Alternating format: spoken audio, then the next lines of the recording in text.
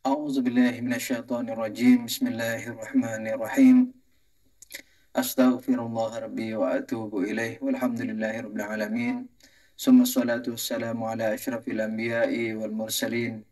Habibina wa habibi rabbil alamin Abil Qasim Muhammad wa ala alihi at-tayyibin at-tahirin al-ma'sumin al-muntajabin. Amma ba'du. Assalamualaikum warahmatullahi wabarakatuh. Para pemirsa yang budiman di mana saja Anda berada, semoga selalu dalam keadaan sehat walafiat, tidak kurang suatu apapun, dan semoga tidak lupa dalam kesibukan sehari-hari mencari nafkah atau berkarya ataupun berkreasi dalam bidang apapun, budaya, politik, atau ekonomi. Semoga tidak lupa selalu memperhatikan masalah ukhrawi, yakni tidak melupakan masalah-masalah akhirat. Jadi di samping semoga tidak meninggalkan kewajiban-kewajiban keseharian seperti sholat, puasa, dan lain-lain. Di samping itu semoga pula para pemirsa pada khususnya mendapatkan taufik dari Allah, meningkatkan iman, meningkatkan takwa dengan mempelajari apa yang dikerjakan dan apa yang akan dikerjakan, mensesuaikannya dengan agama dan mengoreksinya, serta segera meninggalkan yang diharamkan oleh Allah atau yang tidak disukai Allah Subhanahu wa taala. Begitu pula juga istiqomah dalam mempertahankan kebaikan dan bahkan kalau bisa selalu berusaha untuk meningkatkannya. Amin ya rabbal alamin. Untuk sebagaimana biasa kita bertabaruk dengan hadis daripada Rasulullah atau Ahlul Bait alaihissalam.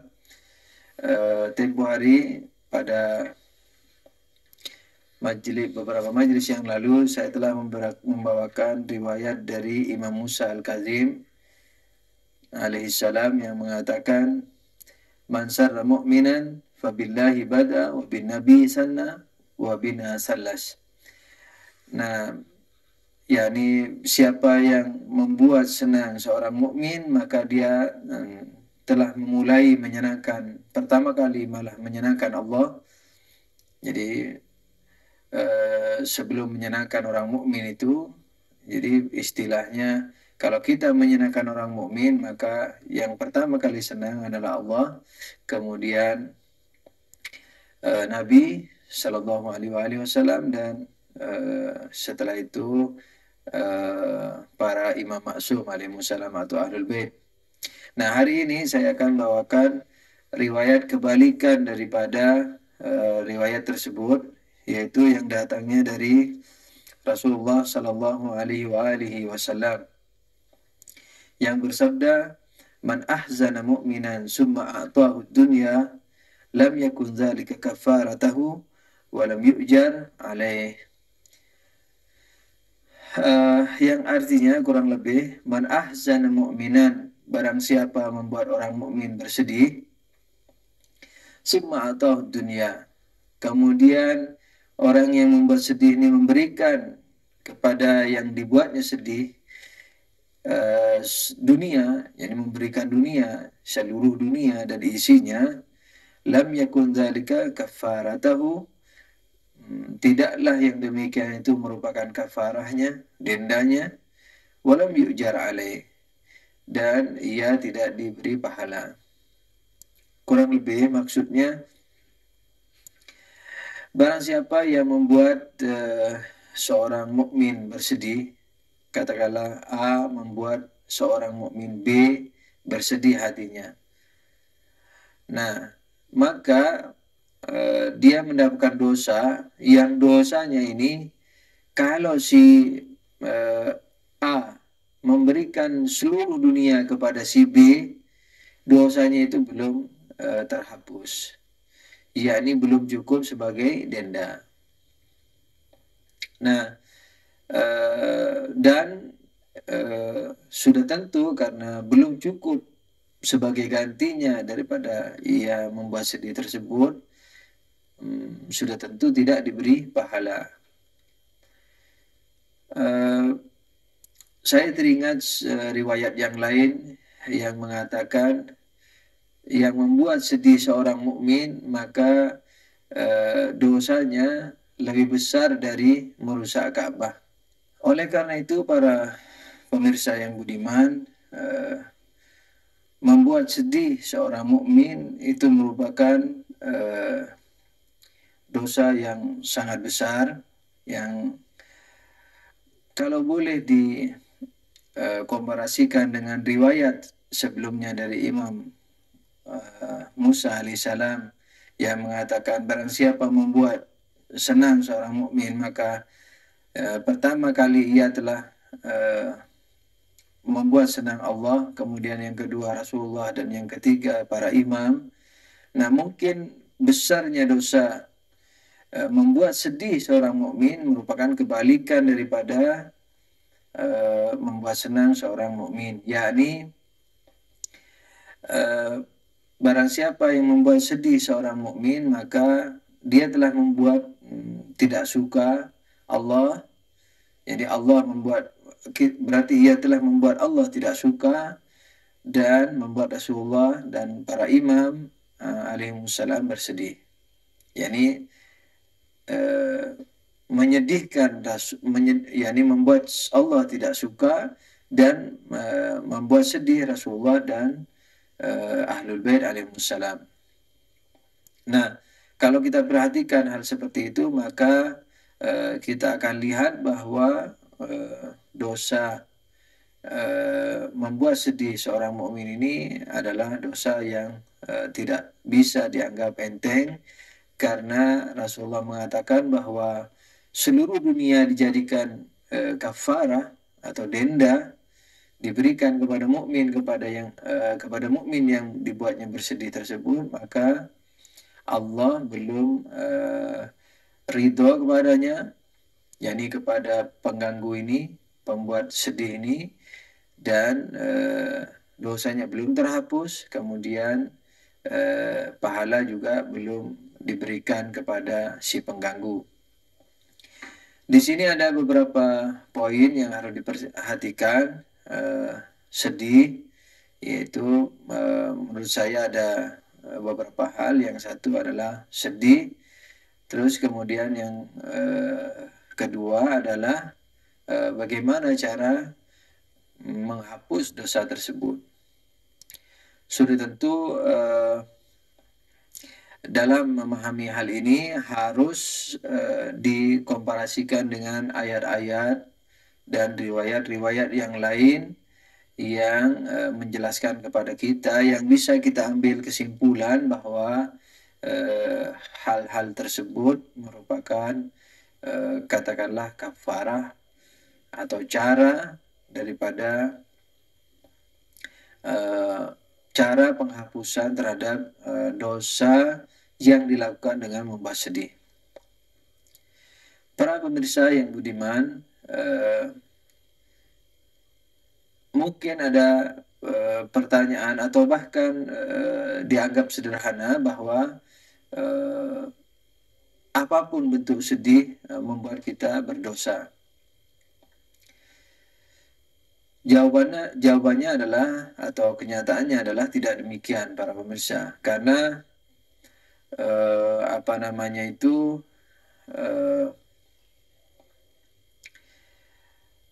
membuat sedih seorang mukmin sudah tentu ada beberapa hal. Jadi ketika dikatakan mukmin, maka itu mukmin yang dibuatnya bersedih ini adalah mukmin.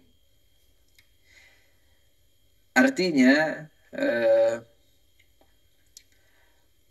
mungkin orang itu beriman kepada Allah, akan tetapi pekerjaannya itu di luar daripada iman. Nah, ketika pekerjaan-pekerjaannya adalah melanggar perintah Allah Subhanahu wa taala, maka di sini eh, kondisi ini, yakni hmm, pernyataan atau sabda Rasulullah Shallallahu Alaihi Wasallam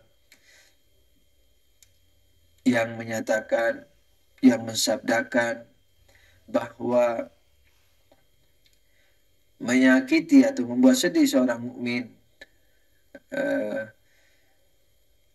itu adalah tidak bisa ditebus dengan memberikan seluruh dunia ini kepadanya, maka kondisi ini barangkali akan terjadi pergeseran, yakni tidak mutlak.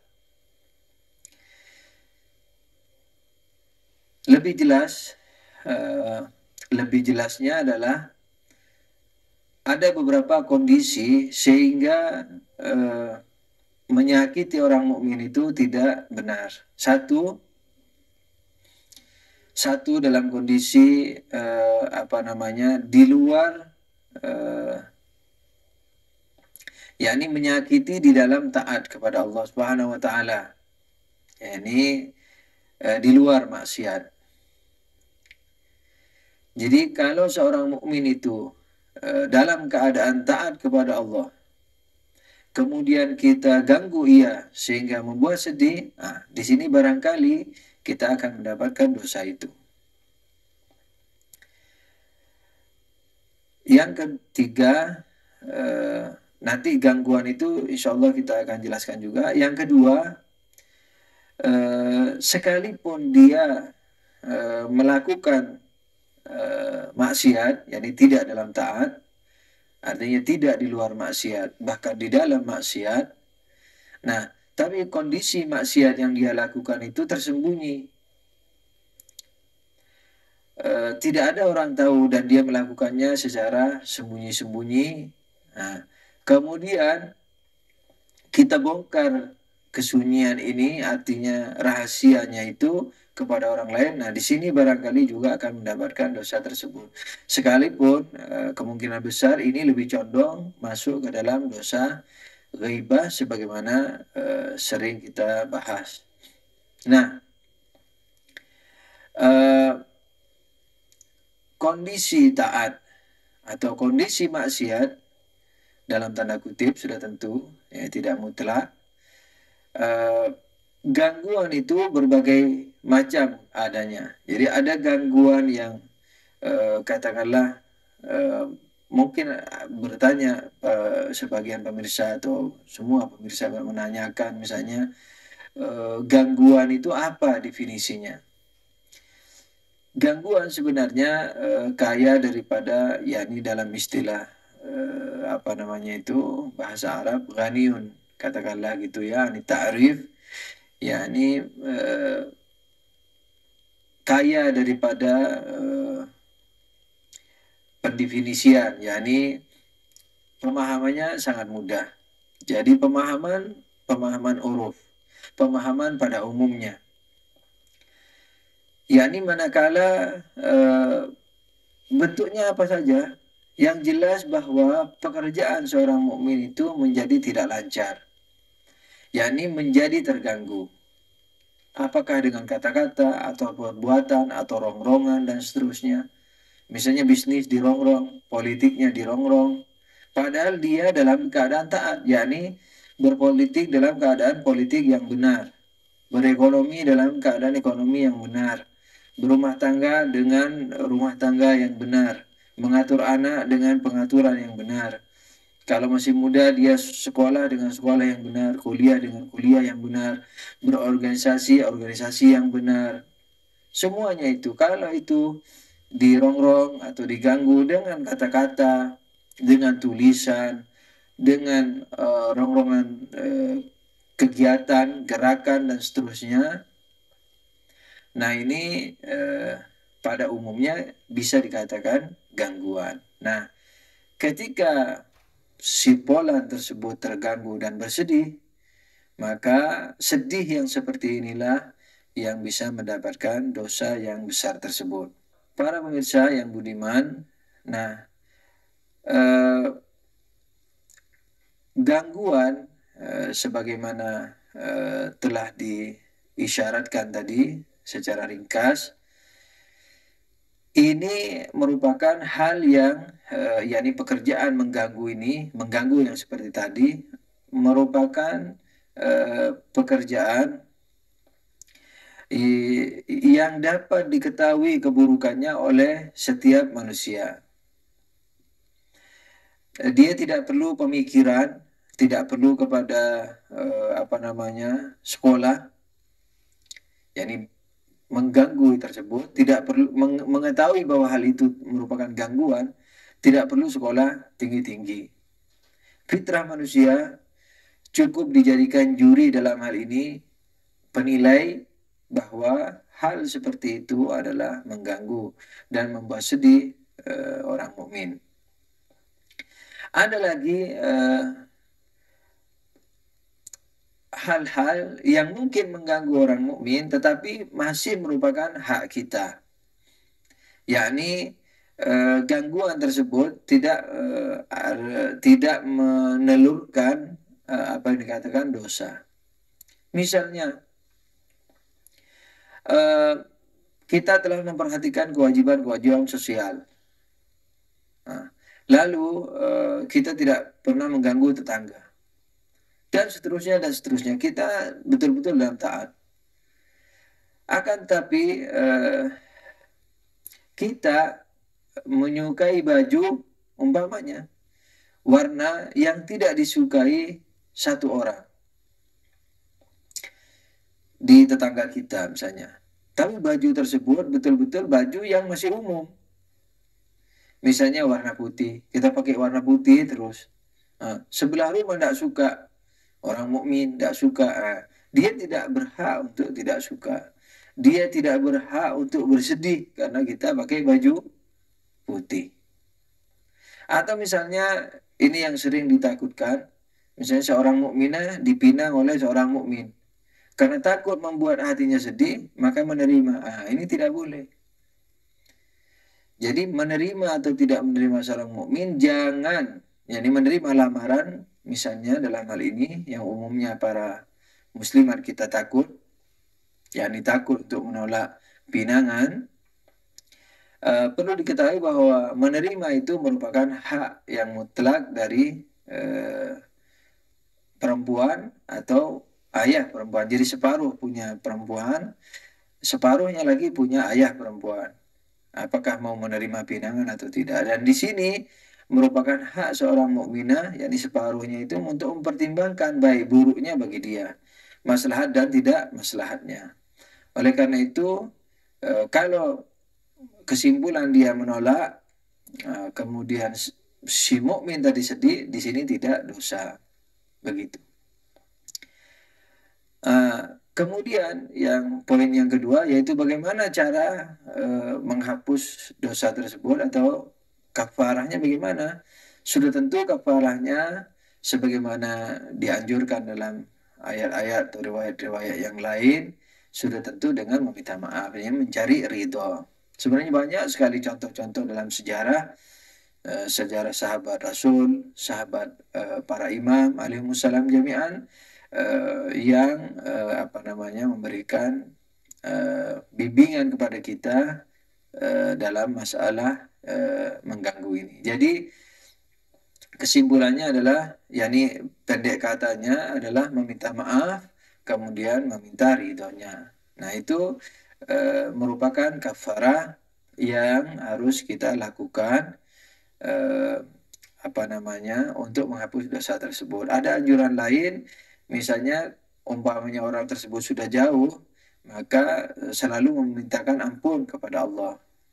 Nah, jadi kapan ingat orang itu memintakan ampun? Malah anjuran saya pribadi kepada para pemirsa, setiap doa, jadi jangan di samping tidak melupakan orang tua, janganlah melupakan orang-orang yang punya hak atau yang masih memiliki perhutangan, jadi yang kita berhutang kepadanya, apapun hutang itu, baik kita tahu atau tidak.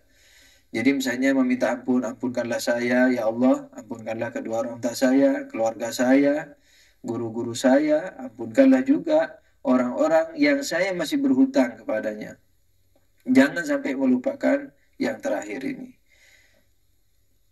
Karena banyak hal yang kita lakukan yang mungkin lepas dari kontrol kita, nah nanti mengganggu kita dalam hisab di akhirat.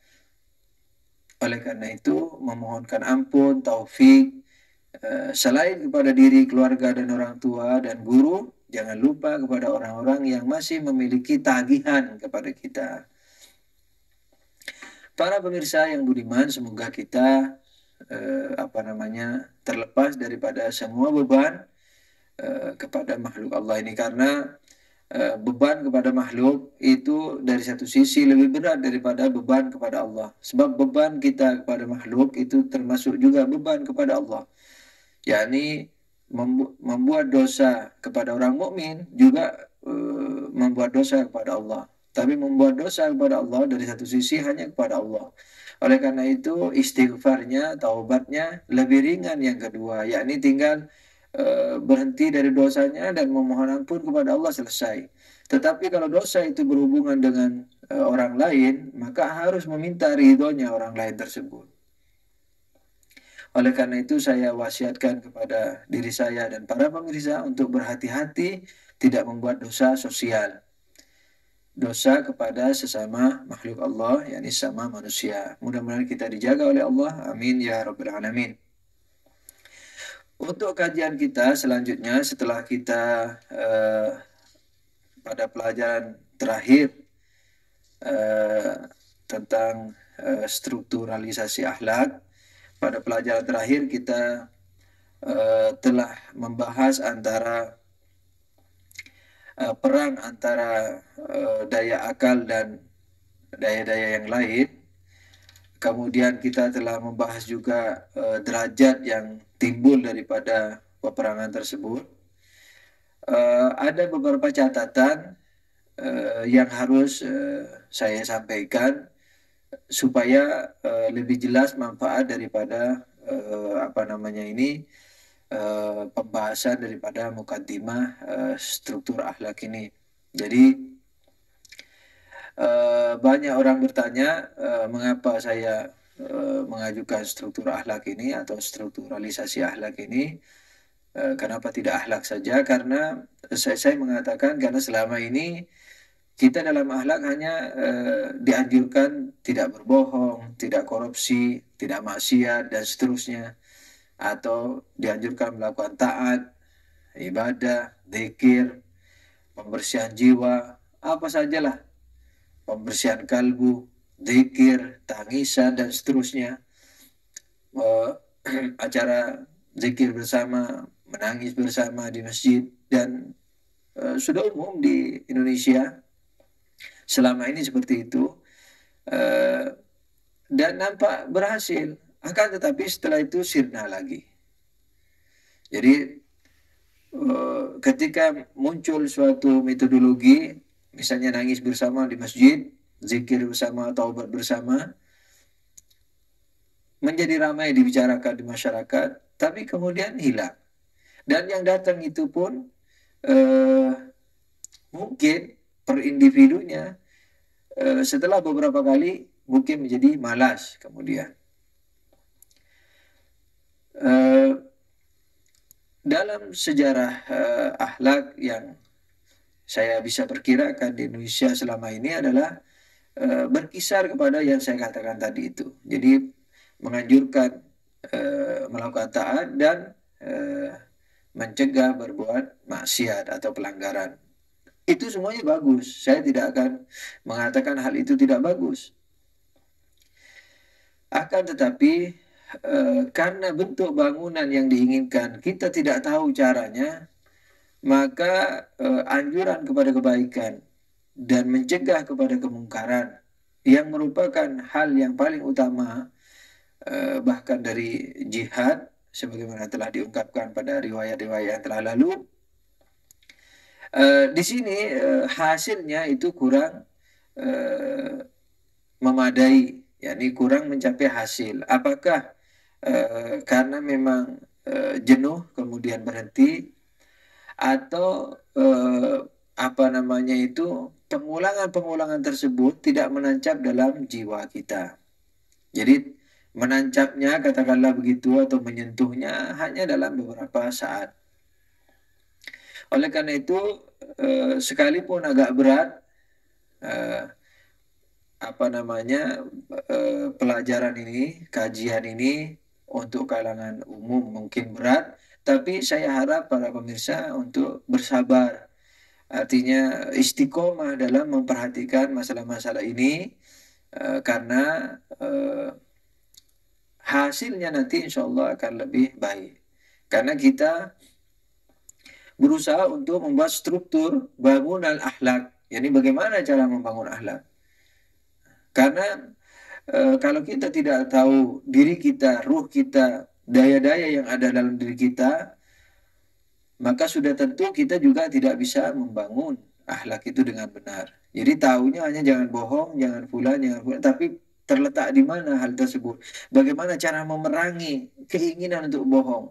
Bagaimana cara memerangi misalnya hawa nafsu dan seterusnya? Kita tidak mengetahui metodologinya. Oleh karena itu para pemirsa, kalau pelajaran ini kadang-kadang lari ke filsafat, lari ke masalah hari ini, misalnya mungkin dalam beberapa saat yang mendatang yang agak dekat kita mungkin bicara sedikit tentang feminisme dan seterusnya, ini merupakan kaitan yang sangat erat dengan apa namanya, struktur bangunan akhlak yang diinginkan dalam Islam sudah tentu. Nah, oleh karena itu, kalau ibu-ibu misalnya atau bapak-bapak yang mungkin merasa jenuh dengan pelajaran-pelajaran yang sangat mendalam, tolong bersabar. Jadi, selain memperhatikan apa namanya, tabaruk-tabaruk kepada ayat dan riwayat sebagaimana disampaikan sebelum pelajaran strukturalisasi akhlak ini, selain memperhatikan hal tersebut, hendaknya juga memperhatikan bangunan akhlak ini, yang dimana sudah tentu apa namanya, kita masih dalam mukaddimah. Jadi mungkin dari sekarang ini mungkin sampai 10-20 pertemuan lagi, mukaddimah daripada pembangunan akhlak ini bisa selesai. Oleh karena itu para pemirsa yang budiman, dalam apa namanya, pelajaran yang telah lalu kita telah menyampaikan apa yang disebut dengan peperangan antara empat daya dan derajat daripada manusia, di mana pada pelajaran yang telah lalu itu kita membagi secara global kepada 5 kelompok, yakni yang selalu menang, yakni menang mutlak, banyak menangnya, dan 50-50, kemudian banyak kalahnya, dan kalah mutlak. Nah, di sini ada beberapa catatan yang akan disampaikan, insya Allah. Mungkin di pertemuan setelah ini, karena waktu sudah tidak mengizinkan, saya rasa karena kita akan masuk ke dalam hal yang lebih apa namanya itu, lebih luas, maka tidak cukup disampaikan pada menit-menit terakhir ini. Oleh karena itu saya akhiri sampai di sini. Semoga Allah selalu menyertai kita, meridai kita, memaafkan kita, dan memberikan taufik kepada kita supaya iman dan takwa kita selalu meningkat.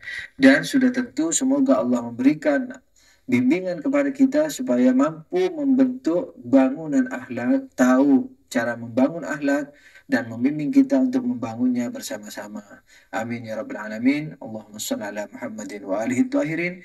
Wabillahi taufiq wal hidayah. Wassalamualaikum warahmatullahi wabarakatuh.